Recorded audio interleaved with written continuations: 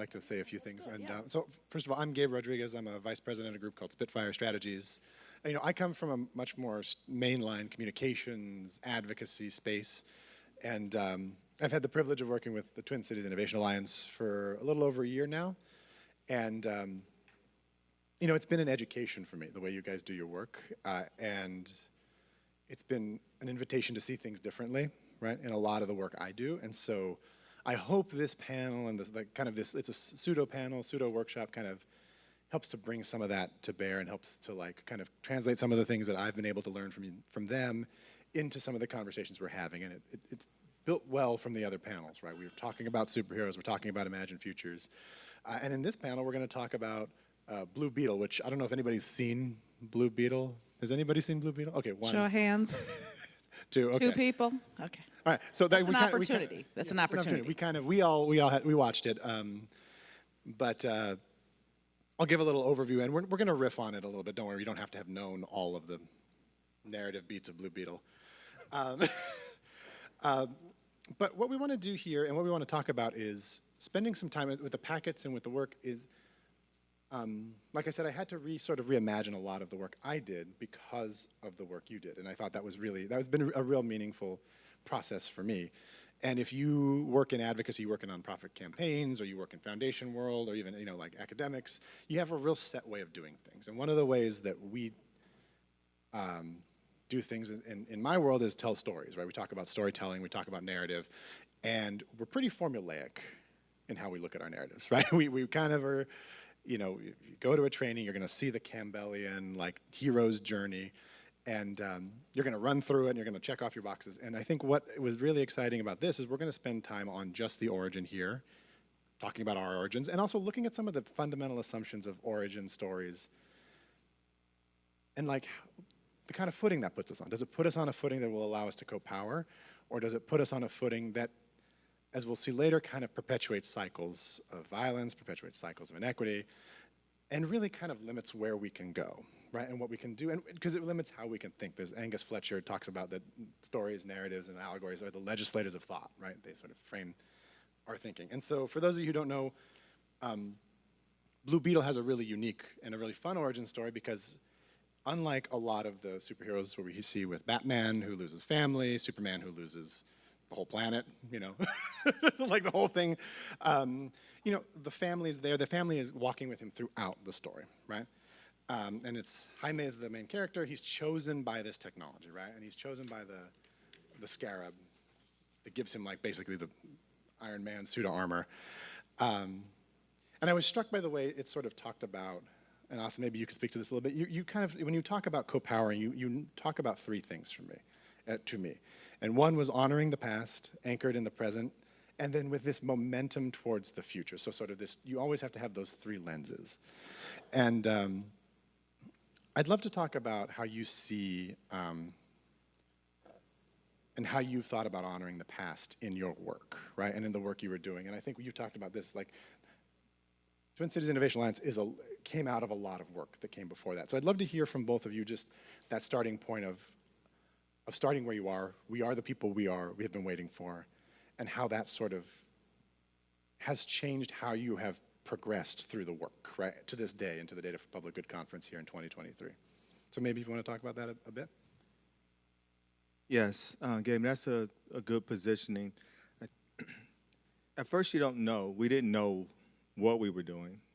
We just saw the opportunity that historically, for the first time in our history in the U.S., we had the thought knowledge, the skills, and access to have an impact on our communities. And we realized that impact, when we often walked into the room, the architecture or the design or the narrative was already built 10, 15, 20 years ago before we actually showed up. And we were thinking, oh, it's a blank canvas.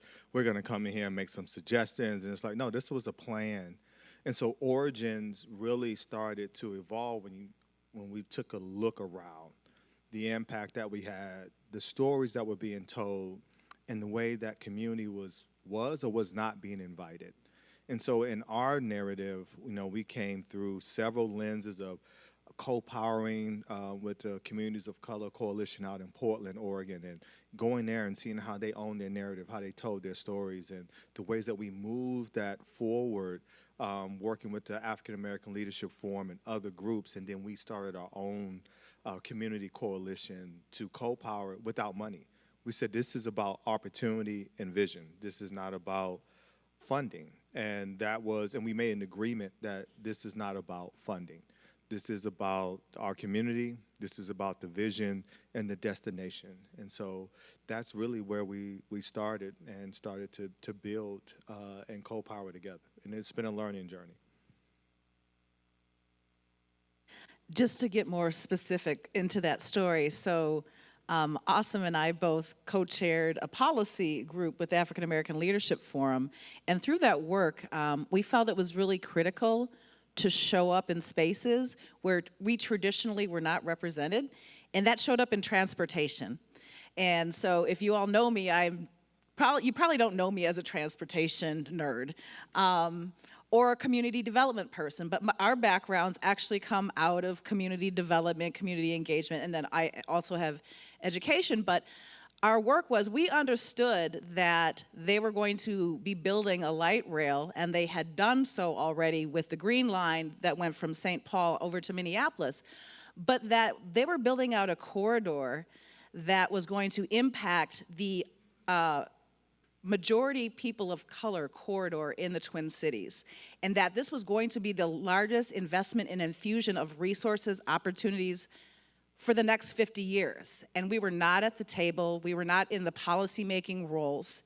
And so we had to unpack, what does it look like to show up in this space and then to engage the community in it? And from that work, we were able to actually get representatives from the community onto a corridor management committee that was actually making decisions about engineering. So I showed up in that space not having a background in transportation or engineering, but realizing that it was a critical role that needed to be filled, and until we had really built out our bench, that was the role that I was gonna have to assume. I didn't show up at that table by myself. Awesome was at every meeting with me, as well as a coalition of other folks from the Blue Line Coalition. And so from that model was, we are not always equipped, or we are intimidated by showing up in those spaces, but we have to interrupt that intimidation and engage with each other to take advantage of these possibilities. Yeah, go ahead. I just want to add one caveat to that, and that is narrative building was really popular in that there was a narrative that was already laid out. If you go across the country around transit-oriented development, you will hear a lot of people talk about gentrification as if it's a cultural phenomenon. But the narrative around gentrification is often a double-sided coin. And I'll just be very brief about that, because that's about origin. And it's about communities that are in one place and get displaced. And you'll see that in Blue Beetle narrative, is that the community is being told, we don't invest in you because you're not worth investing in. So you get, no tax base, you get poor schools, your land is devalued, et cetera, right? And then for the investors on the other side of the coin, with transit-oriented development and policies coming in, they know that the property is going to multiply tenfold. It's going to be worth way more in 10 years. So let's stop buying it up now. So you're getting two narratives. The community's not being told, hold on to your property. This is a great time to gain wealth. So you want to anchor yourselves now and actually build real equity versus being sat at the table and looking, enjoying a good coffee or something. You want to hold on for the destination, and it's coming. And so they're being told, well, it's crime-ridden, your streets are poor, you should sell now. And that's something that we understood when we went to Portland. It's the narrative around the data. It's the narrative. We're getting data, and we're being given two different perspectives depending on where you sit on the continuum of social, cultural, or economic genius and how they see you. And so that's something that really transformed Marika and I work and how we advocated, because I could take the same prospects and market value and give you a reason why we don't invest here, and I can come over to this other group with the same. We had consultants who would just sit there and look at their watches, time their engagement time, and then walk out without saying anything. And I was like, wow, this is interesting. So narrative building is really important. And we'll talk more about that as we go. One of the things I wanted to ask, though, is in Blue Beetle, like the family comes to save him later on, right? That's part of the narrative is they all get on the thing. And again, there's problems with, it is still a superhero story. It is still a commercial story. But one of the things is that we talked about is that the family's presence and the lack of the decision to make them not expendable, right, as like part of, in furtherance of the narrative journey, changes the texture of how this story is going to flow, right? And I would love to understand a little more from the work, the transit work, but also from your later work, like what happens when you are actually, because this is when, you hear about this, like, again, if I come from a very foundation landy place, a very academic landy place, and people think, the people closest to the problem are closest to the solution. They talk about, believe certain people, do this, do that, but can we actually talk about what happens when you're not leaving people behind, when it's not, I'm gonna go into that room by myself, right? And I'm gonna represent, and it's actually, like you said, when the community's coming into that room, how does that change? How does that, like if you're talking about that origin, right, that and the ability to actually engage, how does that actually change the dynamics of what happens in policy advocacy, what happens in social change? Like how does that actually change the environment too? It's dynamic. If any of us, I'm assuming everyone here comes from a family of some sort, functional, dysfunctional, whatever. Chosen or not. And the reality is that most of the time, systems, foundations, et cetera, fund and drop in and kind of parachute and say, hey, you got 8 to 12 weeks for engagement, and this is what we want to come out of it. And if you ever made a decision with your family, just to try to go on vacation, 8 to 12 weeks is you should have started the year before. And that's what it's like. You come into a space that has people at different continuums, families at different continuums. And if you watch Blue Beetle or others where they keep the family unit realistically, it's intergenerational. It's different context and perspective. There's different life experiences at the table, so they're looking at the lens of opportunity differently. And to try to get them all to move as one, that takes time. And that takes a prevailing vision that's anchored in the destination. And usually we get siloed and we're trying to really fast talk because we don't have enough time. And then we're trying to get everyone to agree. So can we just agree and everybody just move on? And why you got to be difficult? I did that on purpose because that's what the system wants. It wants efficiency to get to a decision, and it wants to kind of overrail. And so that happened.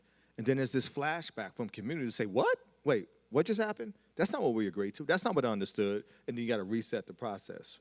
What are your thoughts, Mika? I'm thinking about in Blue Beetle the family unit and the expectations that were held by the family unit of how you contribute, how you bring back to your community. And over the arc of the story, I think about that even the family itself didn't always remember or recognize their longer narratives, not just from their family, but from their legacy and their generations and their ancestors. And so over the arc of the film, you actually see them seeing each other in different lights. And recognizing that you're not the mess up all the time. You bring something very valuable to this table. And that oftentimes we have to wait until an incident occurs for us to see that in ourselves. But it was very encouraging in this movie for them to reawaken to each other in a positive light, and that they were able to then co-power in a way. They had been operating as a unit, but often in very individualistic ways until that convening point where they had to bring each other through, because individually they didn't have it. Even with the power and the uniform of the Iron Man suit, they still didn't have it to take on the entire system that was coming for them in their community. And something that MJ and I think all of us can relate to if you're a first generation, anything in America, usually if you're the one successful one out the family, everyone wants to get in your canoe, right? And they want to align to, well, can you, if you're good at tech, all of a sudden you become the tech guy for everybody, or a tech woman for everybody, or a tech person. I'm not venting here, I'm just expressing something. But the point is, to what Marika's saying in Blue Beetle, the friction is how do we hold each other in friction with care, compassion, and empathy, and to know that you're not expendable. You don't have to operate emotionally in your relationships in community as if you're going to be discarded. Our elders should not have to function at a rate of trying to stay relevant, right, and present in today's society and culture with tech, and then wonder, what does it mean for me as you're growing up? And likewise, the emergent youth that are embracing the future don't have to look at their elders as, why are you blocking me? Why are you stopping me? Why don't you just get a smartphone instead of a flip phone? Well, now flip phones are back in, and they're smart too. But, why don't you have to do that? So I think when you think about that, Gabe, you really have to think about each thread is a continuum that evolves and is dynamic. There is no single bullet solution. But the more that we coalesce and understand the destination, we can start to undo the narratives and scripts that inhibit us from co-powering. And co-powering is dynamic. It requires us to change shape and form. It requires us to adapt and allow someone else to be the center sometimes, or another idea to be the center. It doesn't mean that we always have to be a center, and when we're not, then suddenly, we're no longer needed. You always have a supporting role. I appreciate that. I wanted to just pull out a couple of themes, because I heard just, again, some of the things that we need to question that maybe we don't, or that, well, we know we need to question, but that sometimes are sort of presented as inevitable. So the timing of things, whether it's public consultation. I was just working on a project in DC where they're like, okay, we've got this thing, you can do public comment on it. It's like national policy, it affects millions of people, and you've got 48 hours to make it happen, right? It's like, that is not a process designed for engagement by almost anybody, and particularly not by community and people that are driven by consensus, right? So timing, this idea of kind of, I thought was really cool, of like that memory and understanding your role, that we're not all showing up the same way in different times, and that we play different roles. And I'm gonna ask you a question about that, and particularly like the technology's role in that too. And that it's almost like it's a network, it's a mesh, we rely on one another, and that's, so looking at some of the qualities of a different type of origin story, right? Whereas one person through adversity, through struggle, which we talk about here, through the like harm and all that, and forging like a Superman versus the sort of notion of a lot more of a longer development process. And then the last piece is just living with the friction too, right? Like you said, awesome, of that, like the goal is not to dominate, so, like have somebody who's a dominant or some dominant voice and perspective. The goal is to, like you said, it's dynamic and it changes over time. Right. And I wanted to ask, Marika, you brought up such an interesting point when we were talking about the fact that like sometimes we do forget our roles, or we behave and show up in a different way. And like you talked about how when Blue Beetle finally wants to exact revenge on the villain, whose name's Carapax, I believe, that it's actually the machine, the war machine, that stops him, right? It's sort of like, it's the memories and the encoding of the values that show up later. And I'd love to hear more about kind of like, that's just so ripe right now, like that idea of, if you're setting it again on the good footing at the beginning, how that changes what's possible, how the story's gonna go. Because that could go a very different way. Yeah. So in the story, there's a scene where AI is a part of the scarab, and it's fused with the human being, but they're not integrated completely. They're talking to each other as separate units. And as Jaime is learning about what this power means, he sets the code that was established from his family because of their legacy of coming to America, the violence that they experienced.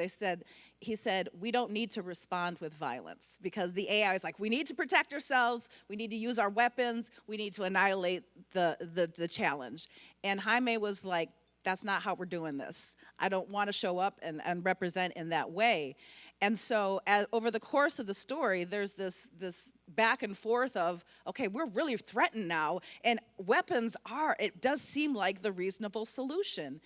And then we come to the end of the story, where it's that moment to really test the values of your family, the values of your work. How do they show up at that moment? No one else is looking. Where does that value land? And so Jaime, in his arc, he's full of anger. He's lost his father and other people. So he wants to kill the person he believes is the reason for all of this happening. But because he was able to program the AI from the beginning, violence is not the answer. The AI had been trained. and understood Jaime. And so the AI says, I want you to see who you're fighting. And they take what's the name again? Carapax. Carapax, and shared what their origin story was. And Jaime saw himself in that story. And he recognized that that was me if I didn't have my family with me. And throughout that story, they kept, the quote-unquote villain was like, you're weak because of your family. But Jaime, the character did not have that family to be there to support, that didn't understand the strength and values of the family. So the AI was able to say, I transfused or whatever you do in the movie, but was able to bring forth the humanity of the villain character, and would not allow Jaime to kill him because the things had come to a resolution. He didn't have to die. So now he was operating out of vengeance.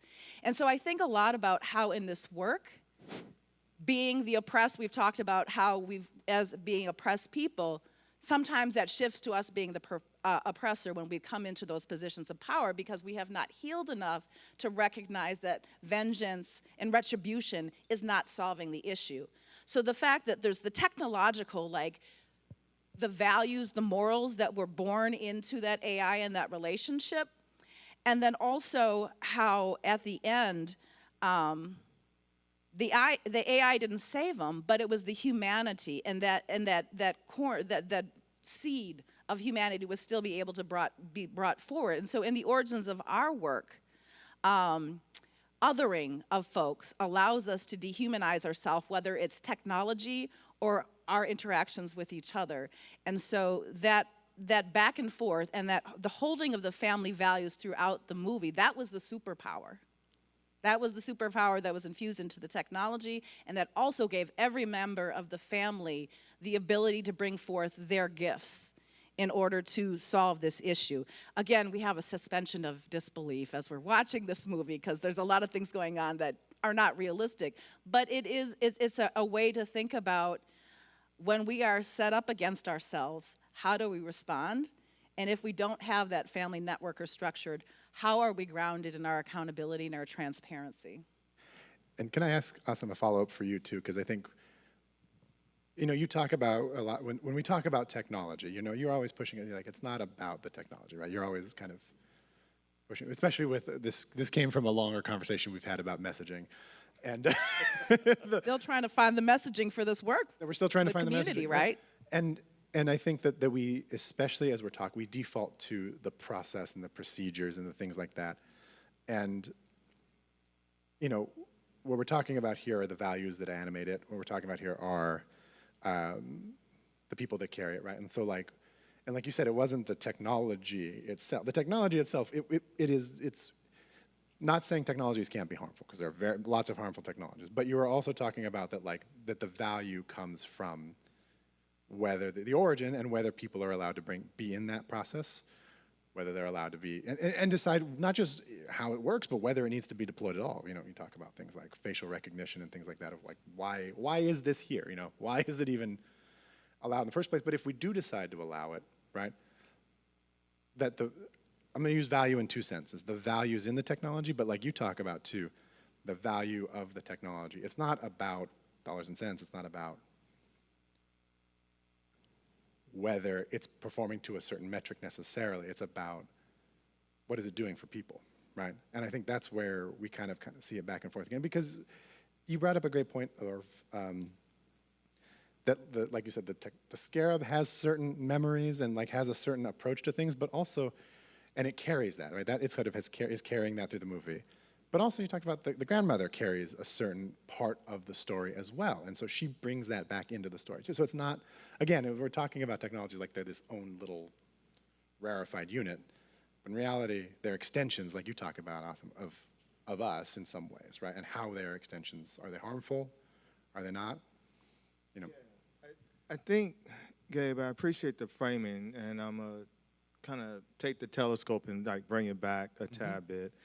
The scarab initially was designed as a war machine, a machine that, and there was a group of values that, like we have today, that want to operationalize AI militarily. You know, they want to operationalize it to execute military actions. Like, that's alive and well today. And there's a group in the movie that's just like that. And they want to activate the scarab for that purpose. The scarab itself, in this case, is autonomous. And so we'll say value-driven, has some sense of awareness. It's like, that's not, I don't want to work for you, per se. And that's how Jaime is able, he doesn't activate it. It's the fact that the innocence of not actually wanting it, right? Like, what is it? I don't, whatever it is. And they try to align. It says, oh, I got a host. This is someone who's worthy. Individual set of values, right? I can work with this. AI is, in a sense, the same way, right? Our values, right now, they're not ours collectively. Samir from the CS Fund, I always say CJSF, he said it to me on a call once. The power of procurement is driving our narratives. The power of the market is driving the narrative. And we have to be aware of that, because then we'll start acting like we don't have a voice in the narrative. We don't have a voice in the outcome. And Jaime came from an environment where technically he didn't have a voice in the outcome, right? That if you see the movie, they're watching. Robert said it on the call. We had, observers of what's being done around them. And so I think what we have to do is replace the value that technology, like a fork or a butter knife, is basically a reflection of a tool to help us adapt for our times, not to replace us. And if we take AI, the data that's being put in today, in the way that we model it right now, and versus the way that it was infused through Jaime into AI, because the AI kept wanting to push that I'm a war machine. I'm testing out my capabilities. Oh yeah, we cut open a bus, and he's like trying to hold tight so he doesn't hurt anybody. The authenticity of Jaime and the values, when confronted with power, is what makes the AI adapt. When confronted with power, Jaime still didn't want to execute that. We don't have that voice right now to say this is the AI that we want. We do have it here as a collective. We haven't co-powered to activate for the future and the narrative building that we want. And that's why when we start to lull and say, well, I'm already being monitored. Siri or Alexa's already listening to me and not really realizing, no, there's a destination here and we can co-power this together. And we have to get our narratives out there into the environment and start to see the vision of the destination and not the short term. I appreciate that. And I wanted to build on that and to kind of circle back to the core part of this conversation, which is about the origin. And what you said at the beginning, that there's two sets of data, right? You get two stories out of those sets of data, right? And I think that's what we're kind of looking at too. Is like, this in some ways is a very traditional story, and in some ways it's not a very traditional story. And I think it depends on where you're putting your focus. And what we're looking at and we're trying to pull out of this is that there is a way of telling the story that is there's like elements and seeds of co-power. I'm not saying this is like a co-powering, like exemplar narrative. It is still a superhero kind of straight line story. But what I'd love to be able to ask you, and then maybe this connects to what's on the sheets too, is just kind of talking a little bit about the work and about Twin Cities Innovation Alliance in particular, and like, who was there to co-power it with you? Kind of just naming some of the people, the communities, we already talked about the work in Oregon, but really kind of encouraging us to look at the beginning of this organization like that, and then encouraging people as they're looking and talking about your, whatever role you're playing, to think about like, who is co-powering your origin story, and not simply what is your origin story, right? Not that individualist frame, but like, who else is involved? Who's contributing? Family, friends, chosen family, like you said. And I'd love to just be able to hear that from you, because I think for me, it's so exciting to see people that, as somebody who is very much trained in an individualist narrative, right? To see people that have carried that and like really honor that, because it's a learning and an unlearning for me, right? It's something that I'm always kind of doing, and I love being able to hear other people talk about that in their work. Because like we said, we just saw with Dr. Greason's exercise, right? I need to see it done, and I need to try it out too, right? I need to see new ways of doing things. And so I'd love to be able to hear that from both of you, and trust me, I promise you we'll end on time so we can go get lunch. Well, since lunch is in here and there's going to be a conversation, just to frame that up, so we'll be able to calibrate. Gabe, I think it's important, Gabe, when we think about this work that we're doing, that our culture, philanthropy, funders, most of us tend to want to put the human being on a pedestal that cannot be maintained. And it relates in isolation. Oh, you have the answer. You speak and everyone runs up to you, and it's one to many. And that's draining. And then everyone else by default starts to forget that they have co-powering abilities of their own that they can synthesize, say, hey, and follow through on. And the origin of the work that we have is that we, sometimes it's not even intentional. Sometimes it's serendipitous. I mean, I met you through one of our co-powering people, Michelle Shevin, who currently works at the Ford Foundation. That kind of waves, but because we knew them before they worked at the Ford Foundation, and we knew them in the work that we were doing. And you don't know where your allies will come from. But when they're sincere in that background relationship, that networking that we talked about, that enables co-powering, that enables you to work at the speed of trust, that enables you to get your distrust and kind of check that voice in your head that we all have, that you have to kind of censor that voice that stops you from working with others, that wants to question the intent, that wants you to say I all the time. And philanthropy definitely wants an I story. Philanthropy definitely wants to hear how you survived and overcome. When we start to play into those narratives in order to be heard, we have to start to push back on that and insert the whole mechanism that allowed us to evolve in the first place. And so that journey for us is community. And for me, it has been MJ/Marika and our work and being able to exchange our different dynamic that we have. And it's been you who helped. You don't know where it's coming from, but you have to slow down and give it space to mature, to give it space to grow and realize we may be moving at the speed of light, but we are not moving at the speed of light. Yeah. Yesterday on the last panel, Clarence brought up emergent strategy. And one of the things that we are not always winning in this fight, and that it's a protracted struggle. It's not a 6-month, 2-year, 5-year investment, and that it's really critical to develop these deep relationships to be able to co-power. So I look back to 2018 in this community, St. Paul, where we learned about a joint powers agreement where they were proposing not just things in education, which was my sphere, but it was also involving juvenile justice. It was involving multiple systems, the Ramsey County, the city of St. Paul, and St. Paul Public Schools. So this was something that was emergent. We didn't understand it, we didn't know it, but somebody brought it to us. And so we hadn't made a decision about what it was. But what we did have was deep relationships with community members in St. Paul that came to the table to talk about it, to talk about what was important for them, where were their values showing up in the conversation. And we also had to talk about, there had been a lot of silos. So like a lot of the education justice folks didn't work with the criminal justice folks. And so we actually authored a new layer of co-powering when we actually brought ourselves and our experience and our expertise together to actually unpack what was being proposed. Can I add to that? Yes. Something that came out of that was the genius that the language we had could not actually adapt to the time for where the people were. The language that the system was using and algorithms, and everyone's trying to grapple with what does that mean to me. And Marika and I were talking, and we were trying to figure out how do we make that language accessible.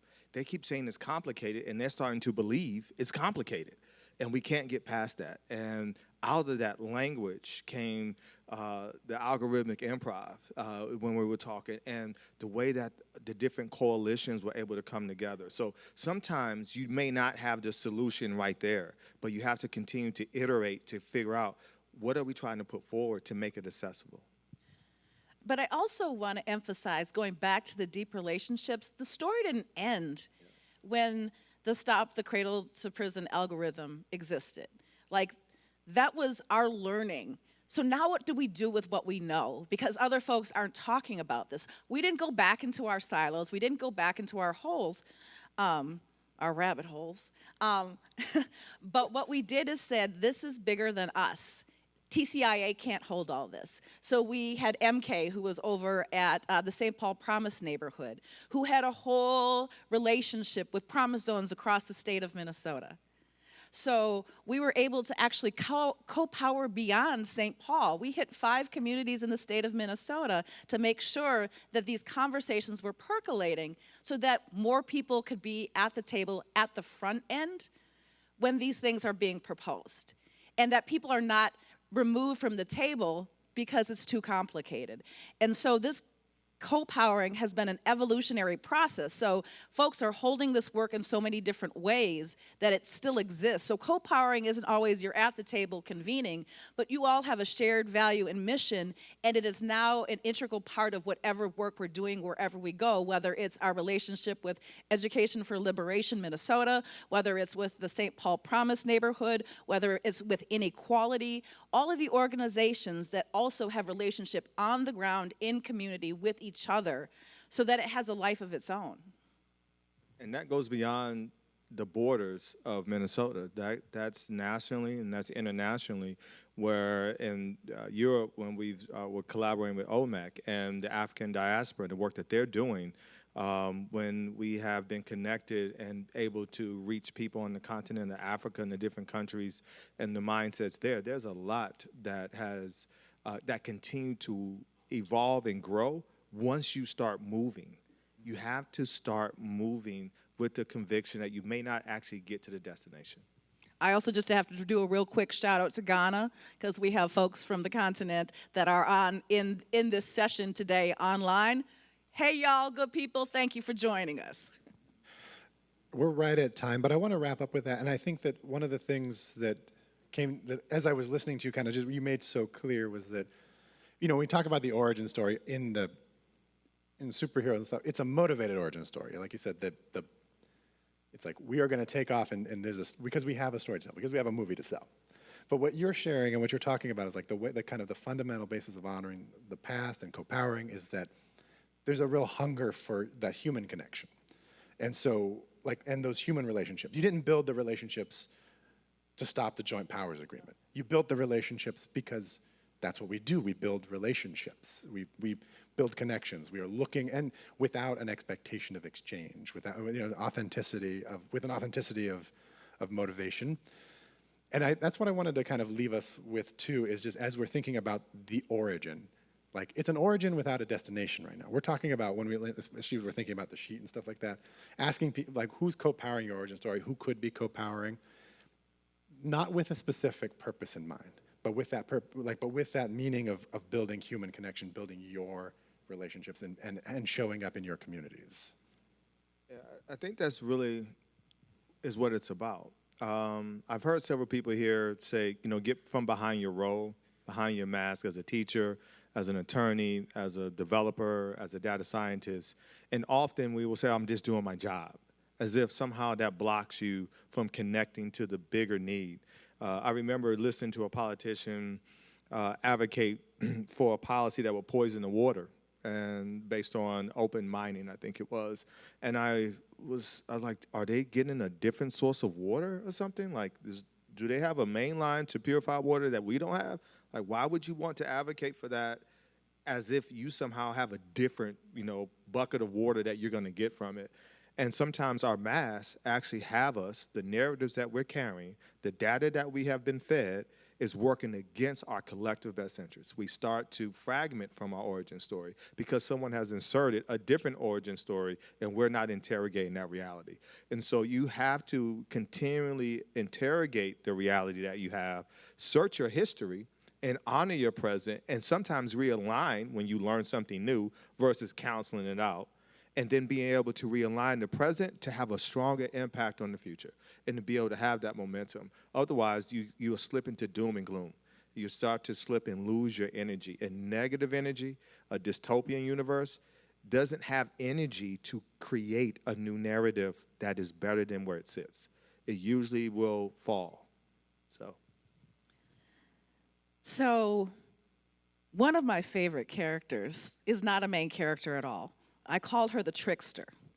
She is the sister that keeps Jaime grounded. In Blue Beetle. In Blue Beetle, yes. And I think about each of us in our trickster roles, that we have to invite each other to, again, interrogate the reality that we're navigating. And in this story, you would probably not even think of this character as a meaningful contribution to like saving the world. But because she knew her family history, she told the story. You know where you come from. This is not who you are. I think that is an invitation to each of us as individuals to play that role of trickster, not as an individual, because her role was also the remembering of who we are, understanding the struggle that her grandmother went through, and being able to compare it to the situation that their family was in today.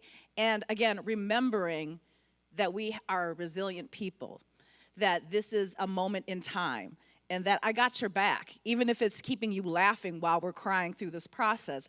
And so it's a unifying story of remembering who we are and then showing up for each other very much authentically in that place so that this collective fills out all the gaps and the holes that we need in order to move this forward. Yeah, that's right. I appreciate it. That's a great way to end. It's kind of inviting us to take on a new role, right? And to be that trickster, to carry the memory too, right? And so I appreciate that. And I think we're right at about time for lunch. So I think we'll be able to disperse a little bit. We'll talk more. I think, and this is an invitation to you too, to sort of start thinking about in the sheet, asking about the origin story, asking about co-powering, but also, again, and Dr. Grayson, I really appreciated your workshop too, because it's not about co-powering with, like, we're not asking you to like tell us your whole story. We're asking you to talk about your origins. We're asking you to think about where you come from, what you carry, who around you is carrying something too, just so we can start in like really exploring that and being deliberate in us. I'll let you have the final word on that. Yeah, because I think it's important to note that a lot of us, if you're not from the dominant culture, you have and we've been taught to actually be ashamed of our narrative story. And we start to convolute our narrative story to adapt to the dominant culture of the narrative that is being presented.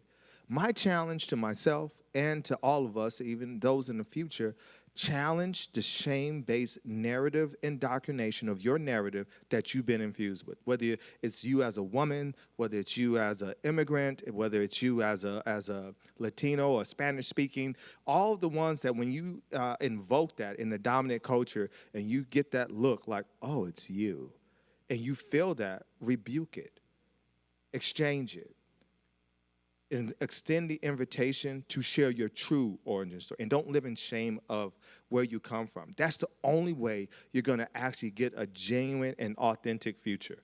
When I ask someone to share their origin story, I never expect them to share the true origin story because they got to work through layers of shame to figure out which mass is acceptable for you to hear my origin story. Oh, let's start with my PhD, right? Because I want to start that I went to junior college. We try to frame it up, and we want to create the space to share and remove the shame of your origin story because we all originate from somewhere. We all stumble. We all went through junior high, high school. We all felt awkward. If you didn't, I'm sorry. That's a great experience of feeling awkward.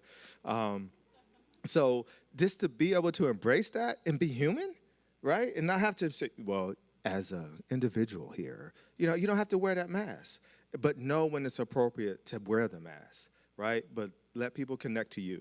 And I think that that's important. Don't be ashamed of who you are. Thank you both. It was great.